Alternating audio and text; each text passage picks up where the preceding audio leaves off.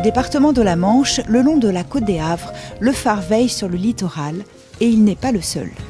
Aujourd'hui, il peut compter sur les membres de l'association pour la pêche à pied, respectueuse de la ressource, l'APP2R.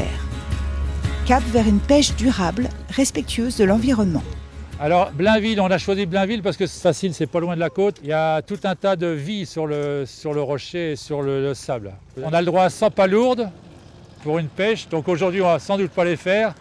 Mais le but c'est de vous montrer comment on trouve la marque. Vous voyez cet outil-là, pourquoi on l'utilise?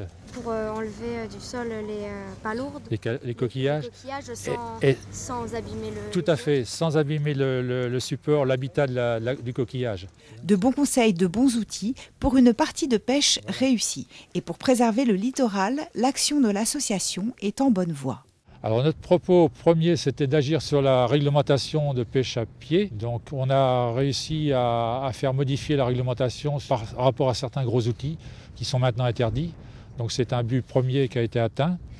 Et puis aussi c'était dans les instances pour donner un petit peu, on dirait comme sentinelle de la mer, un petit peu les alertes par rapport au milieu. Donc ça c'est abouti. Et elle a aussi un but de passer des méthodes à des enfants ou à des personnes âgées ou à des adultes qui soient vacanciers ou locaux pour leur montrer comment on peut pêcher d'une façon tranquille, douce, sans dégrader le milieu.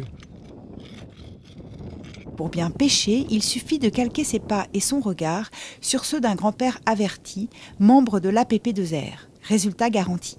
C'est une palourde. Pêcher une palourde, c'est bien, mais encore faut-il qu'elle soit pêchable. Merci Léo. Bon, on va regarder. Elle est tout juste, elle fait tout juste la taille, tu vois. Parce que quand tu la mets dedans, elle passe au travers. Et voilà, on va plus loin et chercher ailleurs. Et puis celle-là, on la remet.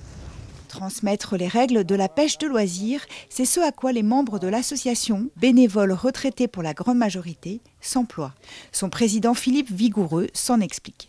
C'est du transfert qui va des personnes âgées vers les tout jeunes. Ils y prennent goût, les enfants, ils aiment ça, ils en reveulent. Et ils se rendent bien compte que cet espace est fragile parce qu'il y a de plus en plus de monde. Et donc il faut vraiment apprendre à pêcher les quotas, les bonnes quantités. Oui ma chérie. Attraper une crevette. Oh là là! Un des objectifs de l'association, c'est de penser quand même au futur, en particulier au futur de la ressource.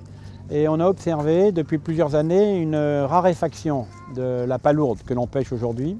Et l'association, pour l'instant, est en train de faire avancer un projet d'une zone expérimentale de repos biologique.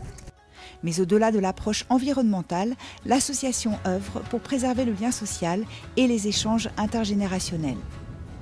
À la marée montante, l'heure est venue de se mettre à l'abri. La session de pêche se termine, mais avant, l'association veille à ce que chacun reparte avec les bonnes cartes en main. Pour l'APP2R, entre la mer et l'homme, c'est toute une histoire de transmission.